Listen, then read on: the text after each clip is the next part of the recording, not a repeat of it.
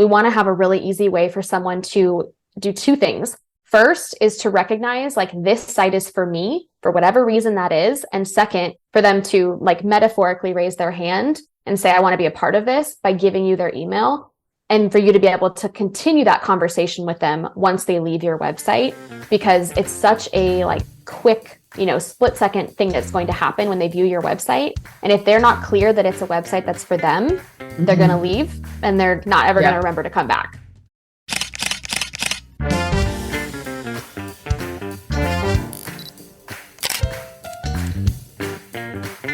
This is your host, Dyutama, but you can call me DJ. And I love to inspire food photographers to dream.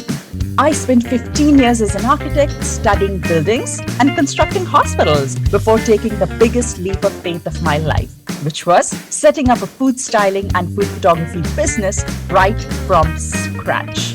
If you're a dreamer like me, wanting to start a new photography business or grow your existing food photography business, jump right into a world where I share practical, actionable strategies to improve your photography skills, to work with clients, make more money, all with a fearless mindset. This is the My Food Lens podcast, and we take you one step closer to your dreams. So let's go.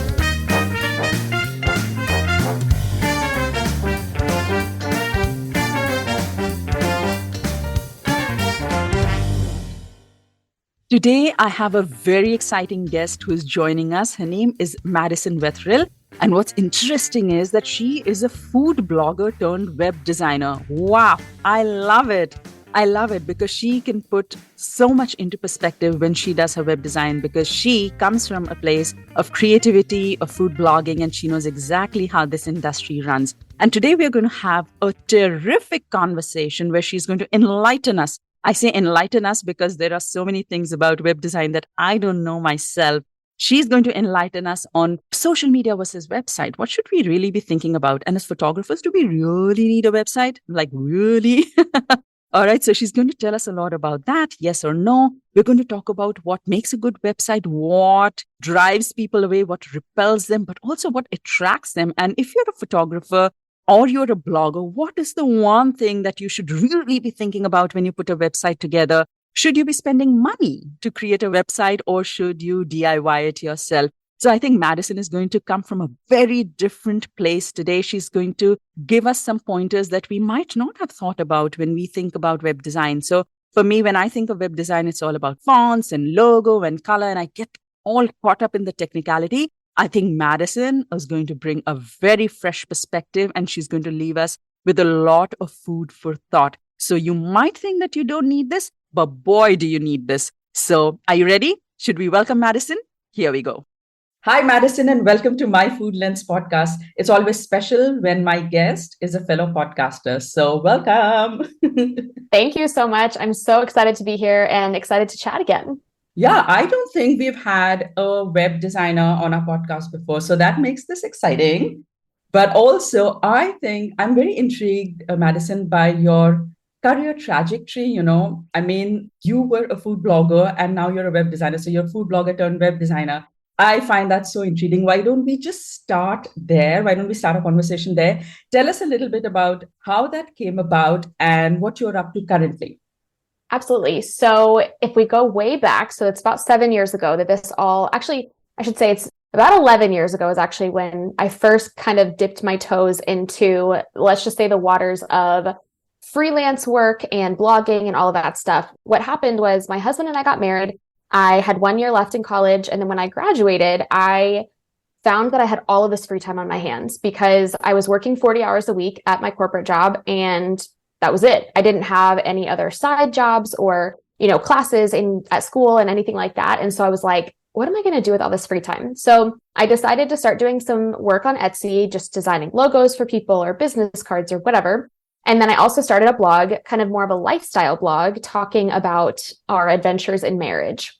Mm-hmm. A couple of years later, it evolved into more of actually having a design business, and then eventually niching down into a food blog, because that's what I found I was really passionate about as I had just started to learn to cook when we got married and found that I really enjoyed doing something with my hands after I had been sitting on a computer all day long in my corporate job. And so that's how those two things kind of came about. And then for a few years, I tried to do both. And I eventually, after we had our second son, I found that I was stretched very thin and needed to figure out which I was going to prioritize in that season of life. And so at that time, I took a break from my food blog and I started to go all in on my web design business and to start serving food bloggers specifically with that. So I could kind of be in both worlds still because I still loved the food blogging world. I just knew I needed to focus my energy on one thing for a while so that I didn't go crazy as I was trying to raise these little boys and also run a business. Yeah. And that's amazing you say it, because you like for creatives, sometimes web design is like, oh, overwhelming. It's so technical and you either love it or you hate it. Apparently you really love it to have gone all in that direction. I think that's so exciting. And also because you can do it so well because you've been there, you were there once. So amazing. Before we get into all the good stuff, I think, Madison, can you just tell us, like, what is the importance of a website as well? Like, I know so many photographers, I know so many food bloggers who are just hanging out on social media, they're using other platforms, but they don't really have a website or a place of their own. And they're like, this is working out. So let's just go with the flow. Why break what's working, right? But can you just tell us a little bit more about what you might have experienced or found in your, all these years of web design and food blogging? What's the purpose of a website? How does it help to maybe run a successful blog? What does it do to its viewers? Like, what does it even mean to have one? And should everyone have one? I love this question because I think it's kind of a misconception that, you hear all the time, maybe like food blogging is dead or just use social media. Like that's where people are at. And I think one of the biggest reasons that it's important to have a website is that it is your website. It is something that you own and you can control. And at the end of the day, we know that social media algorithms and just even social media behavior is volatile. Like that is such a easy way to put it because it changes on a day-to-day basis and you just never know. You could wake up tomorrow and your Instagram account could be locked or deleted or gone. And what would you do then? And so that's my first and foremost reason for having a website is that it's something that you own. You have the power to control what goes on it. You're not fully in control of how people find it, but it at least belongs to you and you know that you can keep it up. So that's a huge reason. I think a second reason is if you think about it kind of like an analogy. So if you were like a door-to-door salesman and you were walking around your neighborhood, you're only going to be able to make an impact with the people that open their door, right? Like you can knock on 100 doors, but if you only talk to 2 or 3 people, that's as far as you're going to get for your sales. If you have a storefront, all of a sudden now people can come to you. And that's what it's like having a website. It's like having a storefront on a popular street where people are going to walk by and say, oh, I wonder what this place is all about. And they're going to walk in and they're going to browse and maybe they're going to buy something, or maybe they're just going to find that this is a really cool store and I'm going to come back sometime. So it's really this difference of like playing offense versus playing defense when it comes to being able to really control anything your audience does, because you now have this place that they can go, they can find your information, they can take action, and you're really putting that in your own hands versus relying on the social media world to hopefully do that for you. Wow, I love that analogy. Oh my God, I never thought of it that way. That's so true. I mean, if you have it there, it's all, and also it's evergreen, right? It's just there, it's doing its job. Wow, I love it. So clearly, like if you're planning to, if you want to make an impact, if you want to reach people, if you want to create that sort of a community, then a website would be the most stable, the most true way. I don't know how to say it. It would be a very like honest way of reaching. I think it would be a very stable way. That's stable would be the word. What do you think? I agree. I think, yeah, like if social media is volatile, then I think stability and is definitely a word to describe a website. And like you were saying earlier, websites can be really complicated, but when you have a very specific goal for having a website, it doesn't have to be that complicated. It can be a lot more simple. I think something I see a lot of people in just the online world, food blogger, food photographer, service business owner, is looking at what everybody else is doing and getting confused on what is the best thing for them. But having kind of your own goal in mind makes it a lot simpler to figure out, this is why I have my website. Therefore, it needs X, Y, and Z to be able to be successful, versus feeling like you're looking at what everybody else is doing and thinking you need 100 things that aren't going to put you where you want to be, if that makes sense. Yeah, absolutely. Like having an intention behind your website just makes it so much clearer. I mean, that comes down to everything that we do in life, right? Even the content that we create, no matter whether we have a website or on social media, it's all from that place of intent. So tell us a little bit, let's walk into a little bit more detail here, Madison. So let's say someone has a website, they have a food blog. They've spent all this money and energy and time, and they've created something so beautiful, and they're so proud of it. It's their storefront, and they're like standing outside their shop, and they're like hoping somebody stops by. And people really don't know it's a new storefront, right? It's a new store. So how can folks get first-time visitors on their website? How can they tell them about it? And what do we want? What are the results that we want from these first-time visitors? So I think the first thing here is figuring out whether or not you already have an audience somewhere. So we were talking about like why you need a website versus using social media.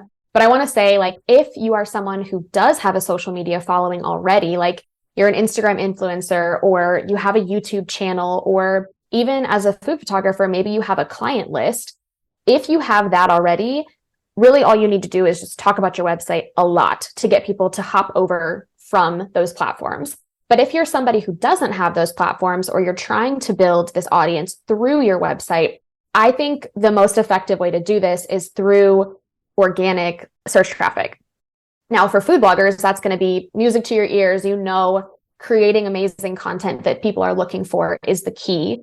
For someone like a food photographer, it gets a little bit trickier just simply because there aren't as many people searching for specific things. But creating high quality content at the end of the day is what is going to drive people to your website, whether it's from social media or from Google or from Pinterest. It's having that content strategy and knowing not only like what general people are looking for, but you want to know what your audience is looking for. So even to take a step back further from that, the first thing you have to figure out is like, who is this website for? Who am I trying to bring to my site? And why am I trying to bring them to my website? Because ultimately that's going to change your complete strategy of, which platform to use to promote your website, what type of content you're going to create, what type of things you're going to put on your website. Like, it really all starts with that person and knowing who it is that you want on your website, or to buy your services, or to, look at your blog, whatever it is. Knowing that person first is going to change everything else that you decide to do. But Madison, I'm just thinking of someone who may not have a prominent social media presence. I'm thinking of someone who may, who's like, oh, I'm so like, I've heard all these horror stories. Someone who's late to the party. Okay. They've heard all these horror stories about social media, and they're just like, oh, I'm going to just go directly. I'm going to just open my own shop. I'm going to create this, my own space, and I'm not going to get into the rental space of social media. How do you think they could go about getting the word out in the market? What would be their tool? Right. So let's do an example of this, because I think that'll help us to like visualize this. So let's say if it's a food photographer and they've decided they want to start a website. The first question you need to ask is like, why do you need that website, right? We kind of already covered that it's your space, but what's the purpose behind someone coming to your space? Are you looking to connect with corporate brands and build partnerships? Are you looking to sell photos to other food bloggers? Are you looking to build a portfolio? Right there, just those 3 examples, and there's probably 5 more at least. Those 3 examples are going to completely change your strategy. So if you're looking to build partnerships with brands, you're probably going to need something else to connect you with those brands, because they're probably not just going to Google food photographer and find your website. You might need to be making connections with them on social media, on somewhere like LinkedIn. So it's going to be really, you're going to have another strategy that does utilize social media, but ultimately points them to your website, which you can control, and you can, help people to kind of take this journey on your website. Does that make sense a little bit? Yeah.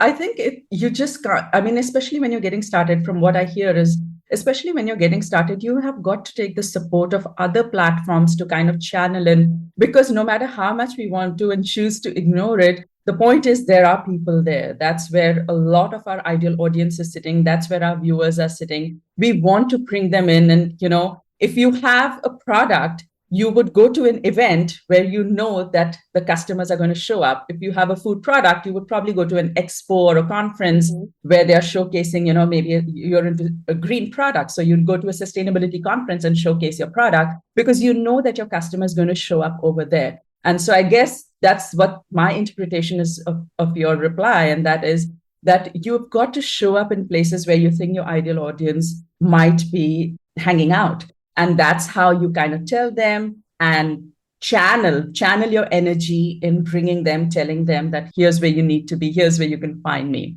Right. And I think you ultimately you have to figure out, like, what's the reason that someone wants to come to your website? What am I giving to them as a reason for coming over? And like you said, I don't want to make it confusing to people because we're saying, like, you need a website, but also you need social media.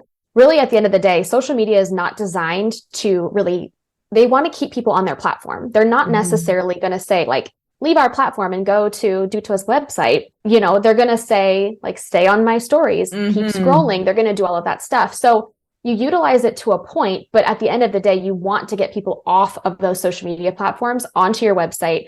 And then eventually what you want to do is capture that audience somehow, typically in the form of an email list.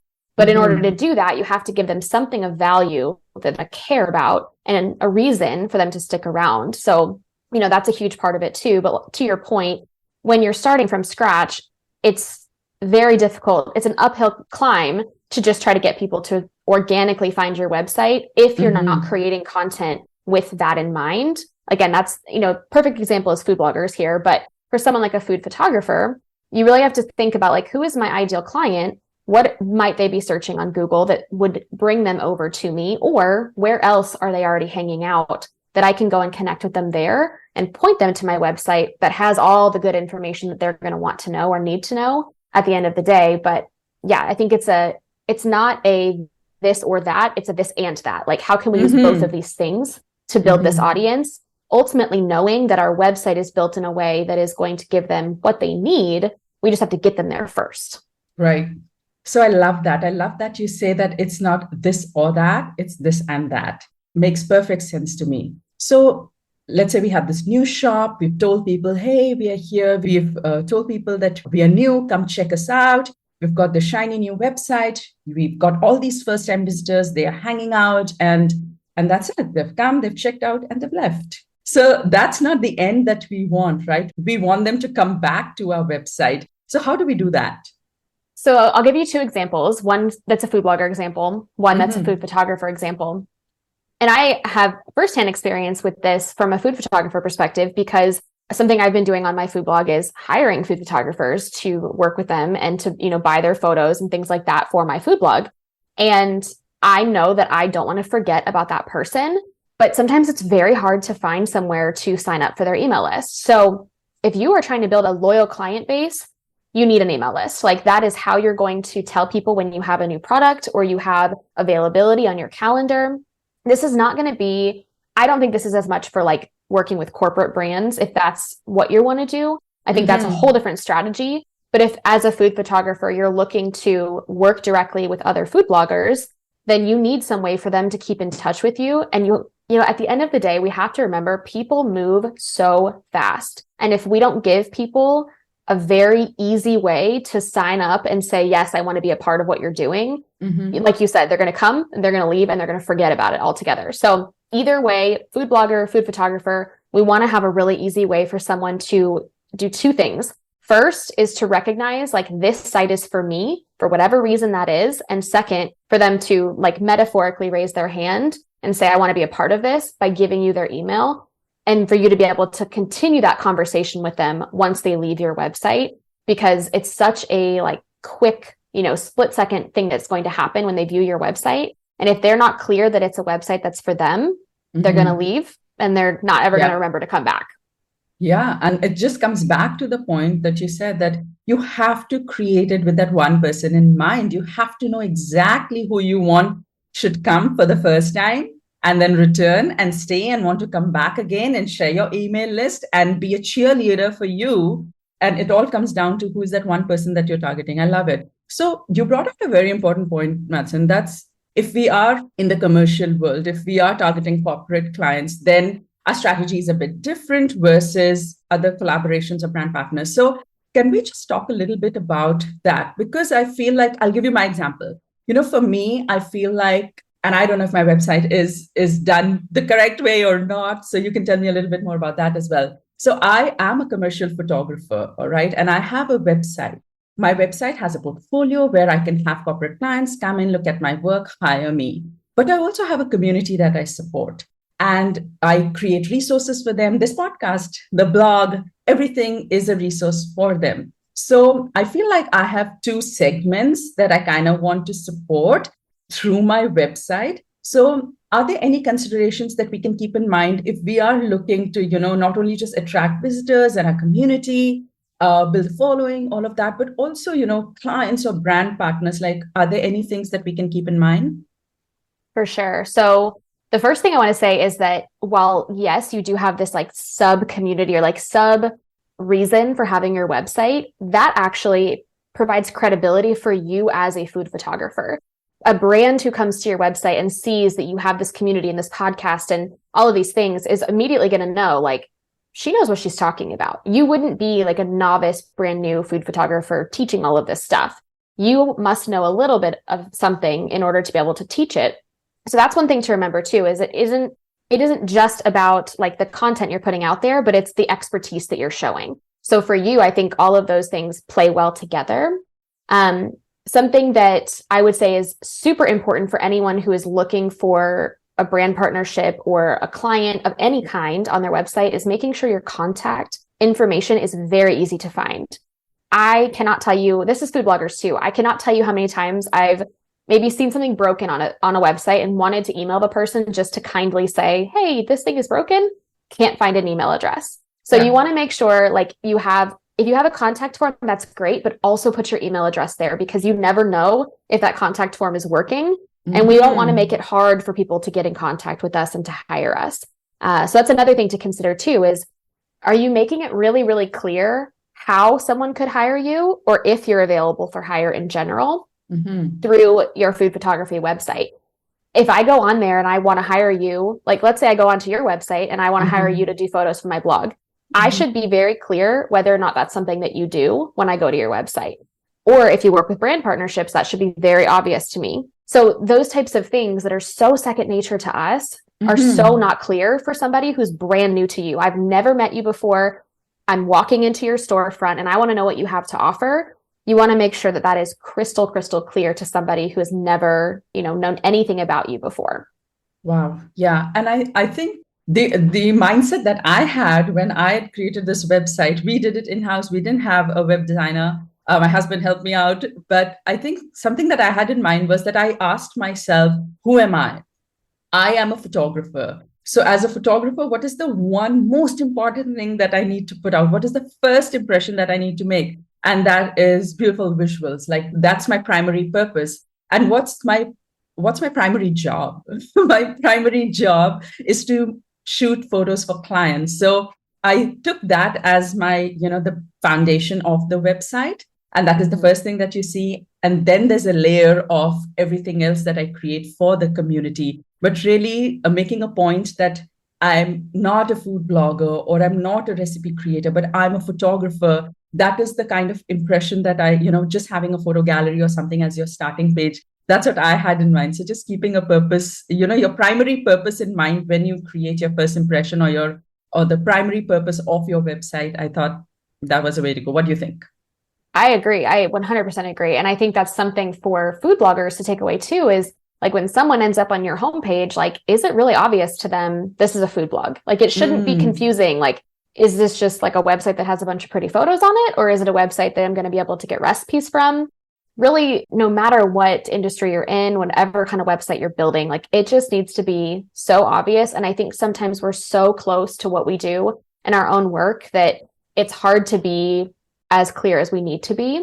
That's why you always see those like little 1 to 2 sentence, like little mission statements that, like we exist to blah, blah, blah, blah, blah. Like that's why those are on websites, because for corporations too, because it needs to be super crystal clear for people. And sometimes we can't do that unless we have that little mission statement or the show-stopping photo that you have on the front of your website for people to know instantly, like, oh, she's a food photographer. Like this is a legitimate thing for her, not just she happened to take one good photo and put it on her homepage type of thing. All right. And one thing that always interests me, again, you'll be the best person to tell us a little bit more about this. We have all this funky stuff happening with the algorithms, and people have all these theories about Instagram Reels. And, you want people to watch it longer. You want people to stay on your feed longer. You want people to spend more time on this. There's all these theories that we have about social media. What about websites? Like we want people, someone spending 5 seconds, 10 seconds, a minute, 5 minutes on our website, scrolling between one page to the other, going between sections, clicking on the links. Like, how important is it for visitors to spend more time on our website? Does it have any magic? Like, does it make any difference? And do we want that to happen more time for visitors on our website? I think so, because I really believe that the more time someone spends on your website or the more pages they visit on your website, the closer they are to becoming that loyal fan for you. So if somebody let's say someone comes over from Pinterest, they see a beautiful image that you took, they come over to your blog post, and all of a sudden they realize like, oh, I thought this was a vegan recipe, but it's actually like all meat and I'm vegan, so I don't need it. They're going to hop back to Pinterest and find something else that suits them. On the other side of things, if they find when they come to the website that it is something that fits them, they're going to click around to see what else you have to offer. And in their discovery, like let's just call it a discovery phase of them clicking around, seeing what they can find, you basically are having someone who's taking one step closer and closer to being that person who's going to raise their hand and say, I want to be a part of what you're doing. I want to be a part of this community of food photographers, or a part of this community of people who love to eat X type of recipes. And so the more time that they can spend on your website, the more likely it is that they're going to do that. Now, again, in the example we talked about earlier, if someone hops over to your website, within the first 20 seconds, they're like, never mind, I'm out. Obviously, you missed that chance. And sometimes that's okay, because if your website is a carnivore website and they're a vegan, like it's not a good fit. And part of what we want to do with our websites is both attract the right people to our sites and repel the wrong people. And that's the part that people don't like. They don't like to repel certain people, but your site is not for everybody. What you're doing and what you're building through your brand isn't for everybody. And so you want to make sure, again, that that's really clear for people. So, to answer your question, and you kind of asked this earlier when we were talking about like, what's the point of a website? I think at the end of the day, the point of a good website is to make someone take whatever action it is that you want them to take. And so the longer they spend on your website, the closer they are to taking that action, and the more likely it is that they will do that, whether that is reaching out to you about working together for food photography, or it's making your recipe, or it's signing up for your email list, whatever those like actions are that you want someone to take, it's a lot more likely that they'll do that the more they get to know you, and they're going to know you more by clicking around your website more. And that is if you give them what they want, if you design it with them in mind. Yeah, exactly. So this just brings me to kind of your expertise, which is creating this beautiful user experience on websites, right? So tell us a little bit about like, what is user experience? If somebody told me, oh, user experience, like for me, it would be a lot about interface, or like you said, convenience. But tell me from your perspective, what is really user experience on a website? How does it add to the success of a website? How does it make our visitors come back, do what we want them to do? And, really, what are the results that it can bring, a good user experience can bring? Okay, so like you said, user experience has like a ton of different ways that we can think about it. There's user interface, there's user experience, there's like all these different words that get like thrown around in our industry. But essentially, user experience is defined as the focus or the emphasis of trying to make sure that your website is easy to use. So you mentioned like, if you want someone to take action, you need your website to be designed in a way that makes that easy for them. That's user experience. It really is very simple at the end of the day. And there's so many things that you can do to enhance your user experience and to make sure that it's a good experience for someone on your website. There's a lot of things you can do that are on the opposite side of things and make it a bad experience. But at the end of the day, really all user experience is just making sure that your website is easy to use. And part of that is making sure people can find what they are looking to find. Right. And like you said, the easier you make it, the better and the more fun they have on your website. I love it. And you just simplified it so much. Like in my head, it was a very complicated thing. Right. And there's so many moving parts to user experience. Like it is for sure a complicated thing. But when you simplify it down to just making your website easy to use, and to add one layer onto that, thinking of your ideal person in mind that you're trying to support and help through your website, then all of a sudden it makes it a lot easier to think about, how am I going to make this a good experience for my person who is looking to do XYZ on my website? It just makes it so much more clear what needs to be done or what doesn't need to be done on your website.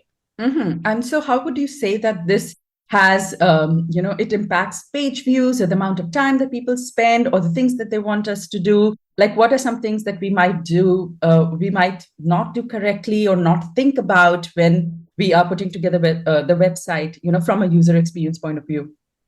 Yeah, so I think it comes down to that action that you want someone to take. And so often people think that action is like, once they've done that action, check the box, we're moving on. But when you think of it on a bigger scale of what you really want them to do long term, you want them to be a part of what you're doing. And so for food bloggers, yeah, you want them to make the recipe or to print the recipe and make it later, or pin it to Pinterest to make it later, whatever it is. But you don't want them to just do that one thing and never come back. You want them to be a part of your virtual community that you're building of people who follow your blog. As a food photographer, you want people to remember you when they need food photography work done. You want them to remember your beautiful images or your specific style that you have. And so knowing what that action is that you want them to take will help you to define that user experience for them. I like to talk about like this idea of someone having a journey through your website. So if I have someone who comes over to my food photography portfolio, what do I want them to do next? Do I want them to just look at my pictures and say, that looks beautiful and move on? I likely want them to hire me, right? Yeah. Or to, follow me or to learn from me or whatever it is. So once I know that, all of a sudden now it's like, okay, what's my next step? I've come to your portfolio. I've seen you take amazing pictures. What do you want me to do next? Do you want me to email you and ask about your rates? Do you want me to click over to a page that talks about how you work with different people and what that partnership could look like, and then email you? So there's like multiple steps that someone could take depending on what long-term action you want them to have. I think you said something so well, and that is, there are so many things that we think people kind of understand. Oh, this is understood, this is what they're supposed to do. It's kind of in our heads.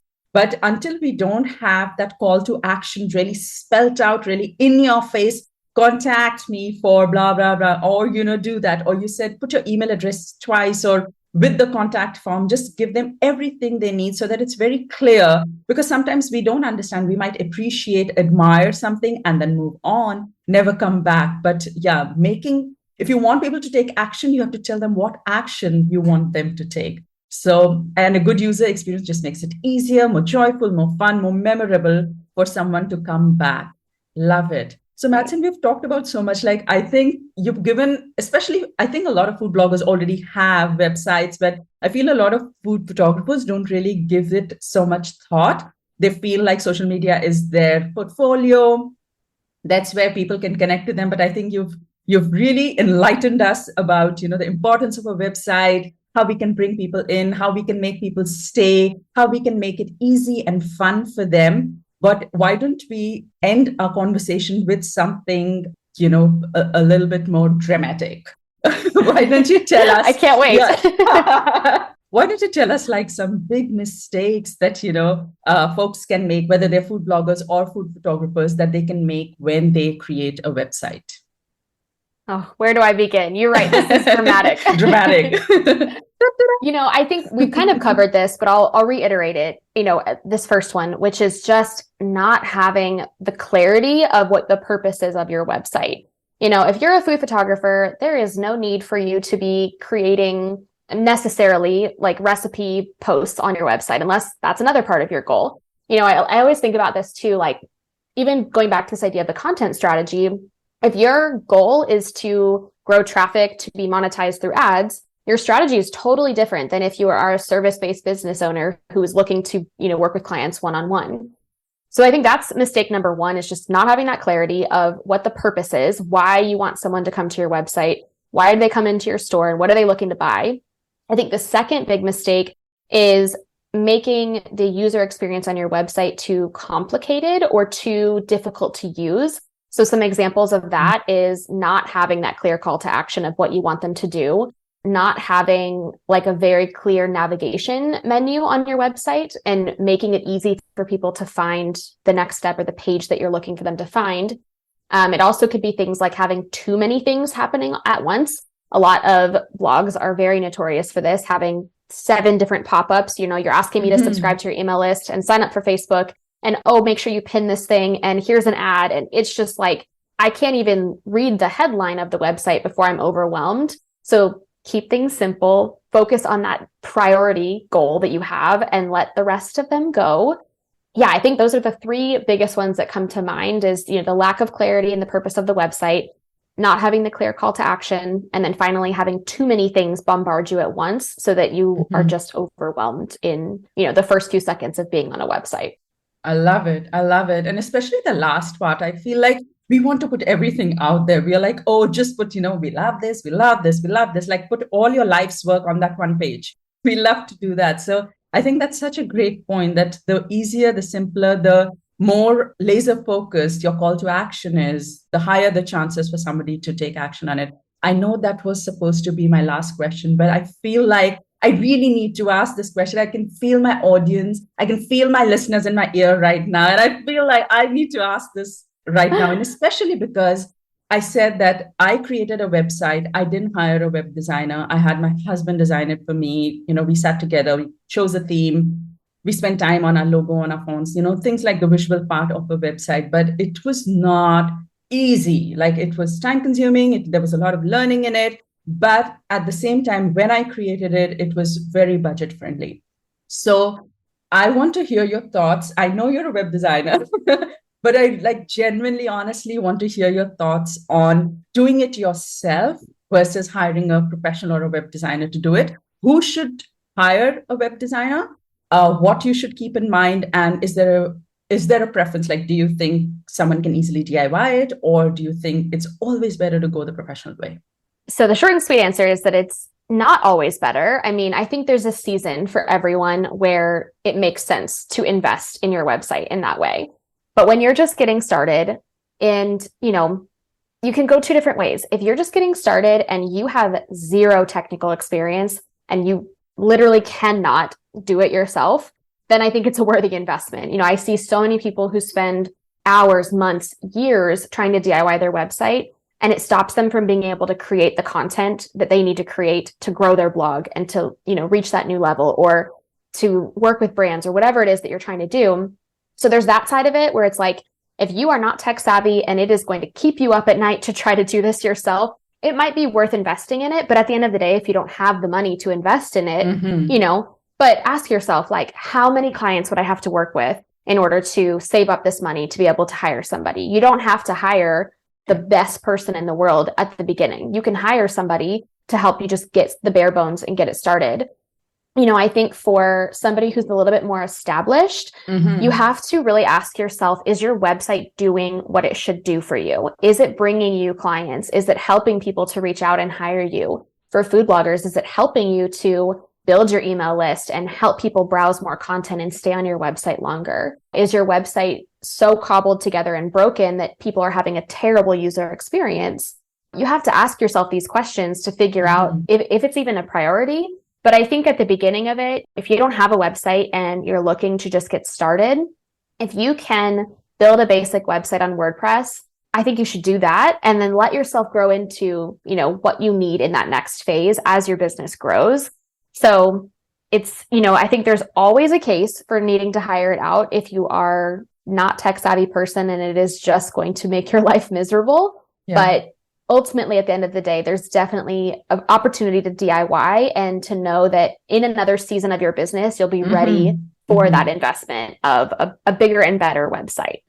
Yeah, I think you just described my exact situation. So when I started out, I obviously could not I would say, afford, or, I didn't think about even engaging a professional to design my website. But I feel like right now, I don't think it does justice to what I wanted to do, and I don't have the time. So it's really something on my mind where I've been like, I just need to get someone to do this for me. I just need to revamp it. My business has evolved, my photography has evolved, but my website hasn't in so many years. So you've just described exactly what my mindset is, that in that season, it only made sense for me to do it myself. But today, I don't think I have either the bandwidth or, I would much rather use my energy in other places to build my creativity in, other areas. So I love that answer. Thank you. Yeah. Well, and something that, this happens with so many of our clients is that you get to a stage of your business where the professional business you've built no longer is reflected by the logo you designed in Canva or the website you cobbled together. Yeah. And like you just said, like you get to a point where there's just this misalignment of where your business is at and where your business is at when you view your website. And so if that's the situation, then that's definitely a situation where having an outside person to not only build a better product, but also just sometimes having somebody on the other side of things who isn't as close to it as you are, provides the opportunity for them to ask questions and dig into information that you didn't even know you didn't know. So, it's that whole like phrase of you don't know what you don't know. But, so many of our clients have said after the process of working with us that the experience of like starting from scratch essentially and saying like, what do we really need and how can we really serve our audience is such an impactful experience, because it just, I don't know, it allows you to have that creativity and that freedom to say like, I'm not just fixing something on my website and putting a Band-Aid on it. I'm starting over. And if I was going to start over, what would I do? So there's definitely a season for both of those things. And I think just being honest with yourself about which season you're in is really important, because somebody could easily say, well, I can't have a website until I can hire a professional to do it for me. But you have to also ask, like, what are you missing out on? How are you missing out on, attracting an audience and building an audience in the meantime? And wouldn't it be better to just have something, even if it's not the ultimate custom website experience that you want to have in the future? Yeah, absolutely. Madison, since we are on this topic, I know that you are such a master at everything related to food, photography, food blogging, and websites. So why don't you tell our audience just a little bit more about the services that you offer and everything that Grace and Wine is about? Yeah, well, thank you again for having me and just for letting me share about this, because like I said, and like we've talked about, there's just so much that goes into it.